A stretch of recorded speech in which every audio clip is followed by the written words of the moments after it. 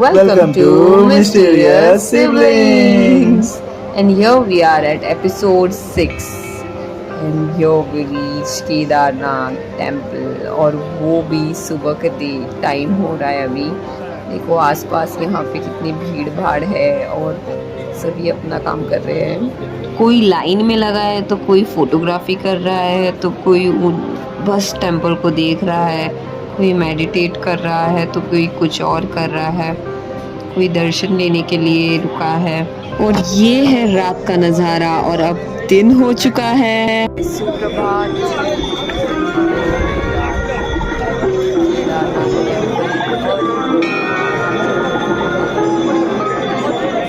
फिर भी यहाँ पे बहुत ज़्यादा ठंड है और धूप अभी आई है। यहाँ आसपास देखते ही रहने का बस मन करता है। अभी ऐसे ही आपको मेरा दोस्त यहाँ की स्टोरी सुनाएगा। दर्शकों, हिमालय की गोद में बसे हुए केदारनाथ धाम को 12 ज्योतिर्लिंगों में से एक कहा गया है। हिंदू पुराणों में साल के करीब 6 महीने हेम से आच्छादित रहने वाले इस पवित्र धाम को भगवान शिव का निवास स्थान बोला गया है। ऐसा माना जाता है कि यहाँ भगवान शिव त्रिकोण शिवलिंग में हर समय यहाँ पे विराजमान रहते हैं। वैसे तो पौराणिक ग्रंथों में इस धाम के जुड़ी कथाओं का वर्णन मिलता है, परंतु हम आपको महाभारत से जुड़ी हुई एक कथा के बारे में बताने जा रहे हैं, जिसमें ये कहा गया है कि यहाँ पे पांडवों को भगवान शिव ने साक्षात दर्शन दिए थे, जिसके बाद पांडवों ने यहाँ पे इस धाम को स्थापित किया। तो दर्शकों, आइए मिलके जानते हैं केदारनाथ से जुड़ी इस रोचक कथा के बारे में। धार्मिक ग्रंथों में वर्णित कथा के अनुसार महाभारत के विजय के पश्चात पांडवों में सबसे बड़े युधिष्ठिर को हस्तिनापुर के नरेश के रूप में राज्याभिषेक किया गया। उसके बाद 4 दशक तक युधिष्ठिर ने हस्तिनापुर पर राज्य किया। इसी दौरान 5 पांडव एक दिन श्री कृष्ण के समीप बैठकर महाभारत समीक्षा कर रहे थे। समीक्षा में पांडवों ने भगवान श्री कृष्ण से कहा, हे नारायण, हम सभी भाइयों पे ब्रह्म हत्या और बंधु हत्या का कलंक लगा है। इस कलंक को कैसे दूर किया जाए? तब कृष्ण ने पांडवों से कहा कि भले इस युद्ध में आप लोगों की जीत हुई है, लेकिन तुम लोगों ने अपने गुरु और बंधु बांधवों को मारने के पाप के भागी बन गए हो। इन पापों के मिलना असंभव है, परंतु इन पापों से सिर्फ महादेव ही मुक्ति दिला सकते हैं। ता महादेव की शरण में जाओ। ये कहकर श्री कृष्ण द्वारका लौट गए। उसके बाद पांडव अपने पापों के मुक्ति के लिए चिंतित रहते थे कि कब अपना राजपाट त्याग करके शिव जी के चरण में चले जाए। उसी दिन एक दिन पांडवों को पता चला कि वासुदेव ने अपना देश त्याग कर दिया है और वे अपने परम धाम लौट गए हैं। और ये सुन के अभी पांडवों को पृथ्वी पर रहना उचित नहीं लग रहा था। गुरु, पितामह और सखा सभी युद्ध में पीछे छूट चुके थे। माता ज्येष्ठ पिता और काका विदुर भी वन गमन कर चुके थे। सदा के सहायक श्री कृष्ण भी नहीं रहते। ऐसे में राज्य परीक्षित को सौंप दिया और हस्तिनापुर छोड़ द्रौपदी के समय शिव जी के तलाश में निकल पड़े। सबसे पहले वो पांडव काशी गए। वहाँ पे भगवान शिव नहीं मिले। वैसे ही बहुत सारी जगह पे जाते और भगवान शिव वहाँ से निकल जाते। इस क्रम में 5 पांडव और द्रौपदी भगवान शिव को खोजते हुए हिमालय तक आ पहुँचे। यहाँ पर भी भगवान शिव ने इन लोगों को देखा तो वो छिप गए, परंतु यहाँ पे भगवान शिव को युधिष्ठिर ने छिपते हुए देख लिया। भगवान शिव से युधिष्ठिर ने ये कहा, हे प्रभु, आप कितना भी छुप जाए, हम आपके दर्शन किए बगैर यहाँ से नहीं जाएंगे। हम जानते हैं हमने पाप किया, इसलिए आप छुप रहे हमें दर्शन नहीं दे रहे हैं। युधिष्ठिर के इतने कहने के बाद 5 पांडव आगे बढ़ते हैं। आगे जाके देखते हैं कि भीम बड़ा होके अपने पैर खोल देता है और 2 पर्वत के ऊपर रख देता है। तभी वहाँ से सारे बैल उसके पैरों के नीचे से निकल जाते हैं और एक रह जाता है। तब भीम को पता चलता है कि यही महादेव है। वो उनके करीब जाता है तो वो बैल उनको टक्कर मार देता है। उस टक्कर मारने के बाद भीम उसके पकड़ लेता है तो वो बैल अपना सर ज़मीन के अंदर पर्वत के अंदर गाड़ देता है और अंदर अंदर जाता है। भीम अपने पूरी शक्ति के साथ खींचे रहता है।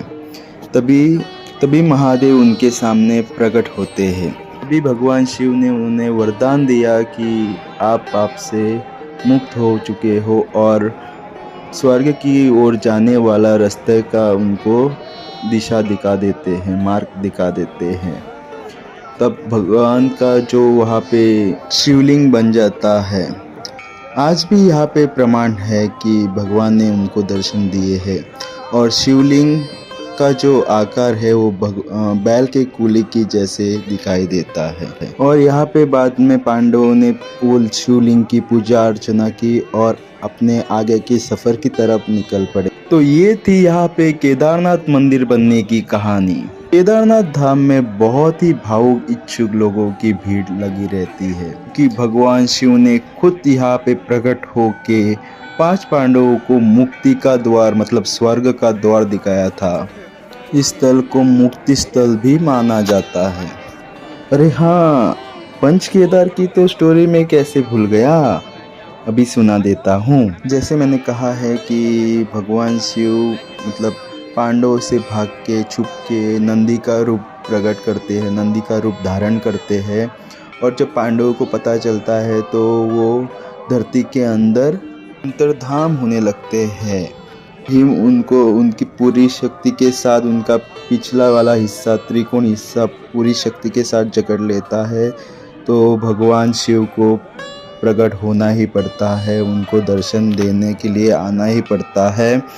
तभी श्री कृष्ण वहाँ पे आ जाते हैं, प्रकट हो जाते हैं और बोल देते हैं कि हे महादेव, जो यहाँ पे रह गया है, जो पीछे वाला त्रिकोण हिस्सा, इसको युगों युगों तक आपको केदारनाथ नाम से पूजा जाएगा।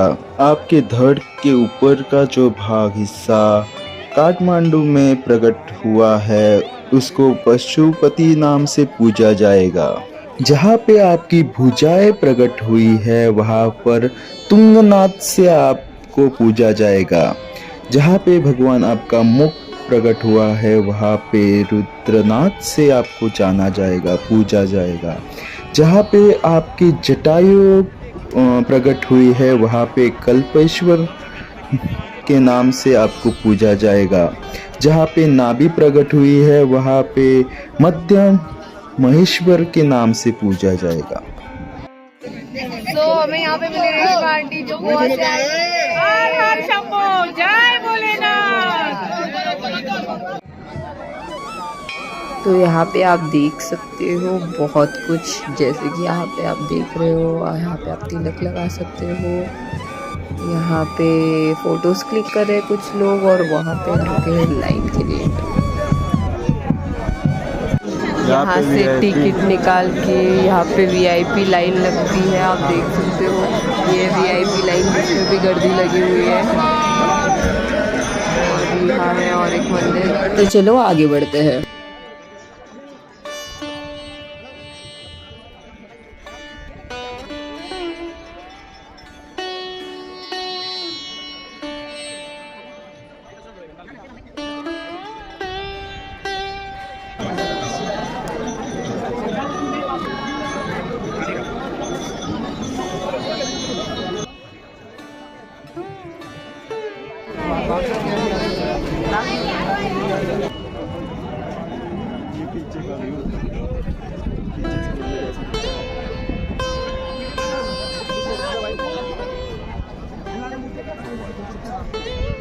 जब यहाँ बहुत बड़ी बाढ़ आई थी तो क्या किया था, 2 हिस्से में पानी बंटवारा किया था। एक इस साइड से जा रहा था पानी, एक उस साइड से, तो इसी की वजह से ये मंदिर पूरा मंदिर को कोई हानि नहीं पहुंची। जब मंदिर बांधा गया तो भीम ने बोला था इसकी रक्षा मैं करूंगा।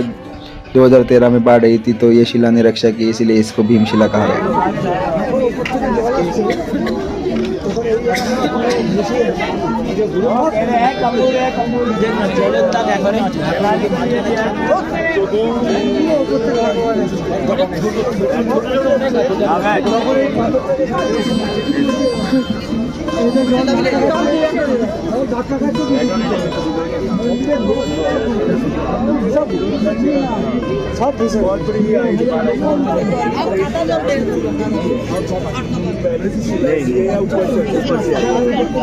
ये पता नहीं कहाँ से आएगी,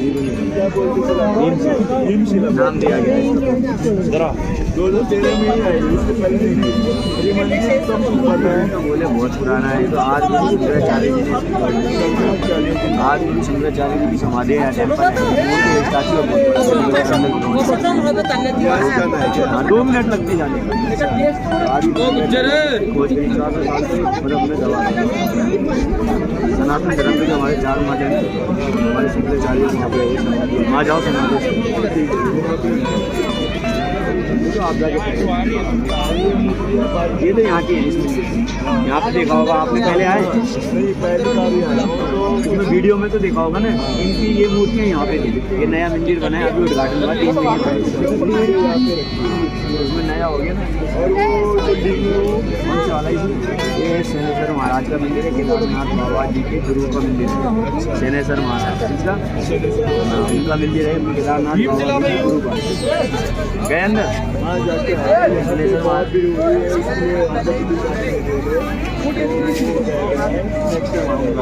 चाहिए बाबा तुमको हर साल।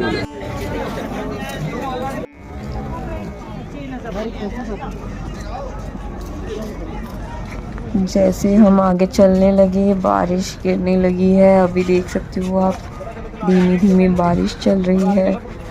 चलो चलते हैं। ये बहुत बड़ी प्रतिमा है, देखो, जगत गुरु आदि शंकराचार्य जी की।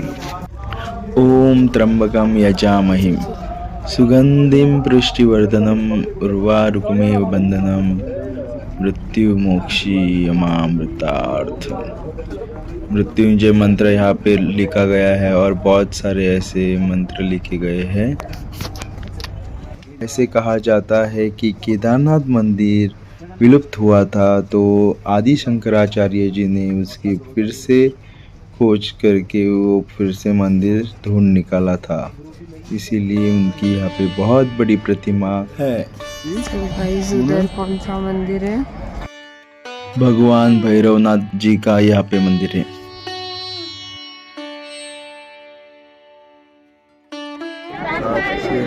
यहाँ पे अचानक से बारिश आ गई है, बारिश के कारण लोग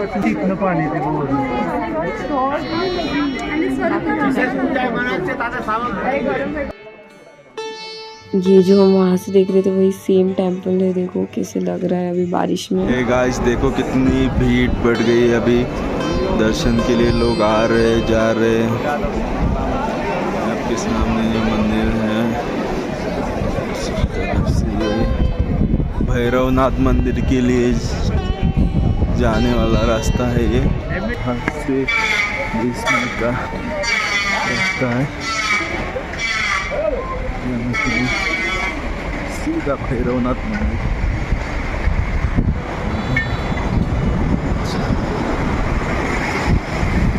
यहाँ से आप ट्रैकिंग अवॉइड करके डायरेक्ट हेलीकॉप्टर से यहाँ पे पहुँचते हो, which is very nice. You can have a look at the view, जो बहुत ही सुंदर नज़र आ रहा है। ये देखिए ऊपर की तरफ पहुँच चुके हैं। जितना ऊपर जाएंगे उतनी सांसें फूलती है। सामने मंदिर, ऊपर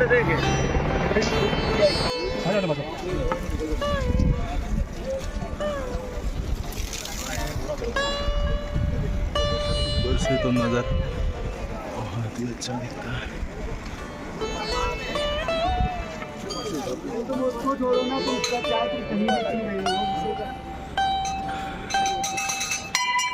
भैरवनाथ मंदिर।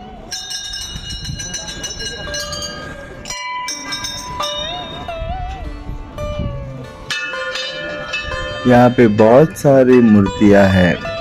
यहाँ पे भगवान भैरवनाथ को तेल का चढ़ावा दिया जाता है, मतलब पूरा यहाँ पे तेल चढ़ाया जाता है और लोग यहाँ पे तेल चढ़ाते हुए दिखाई दे रहे हैं।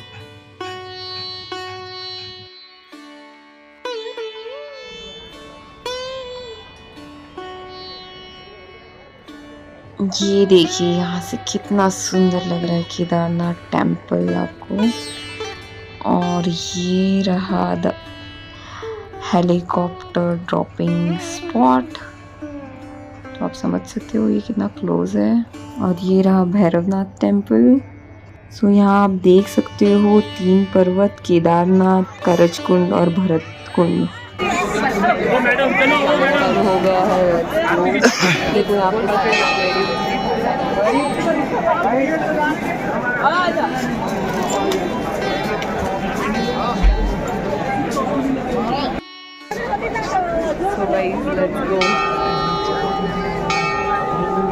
बहुत ही मज़ा आया। पूरा एक दिन 1.5 डे हो गया है हम स्पेंड यहाँ पे। टाइम बहुत ठंड है, क्लाइमेट भी चेंज होता है, बीच में बारिश आती है, बीच में बहुत ही ठंड लग जाती है, बीच में तो आती है तो गर्मी भी होती है, तो चलता है।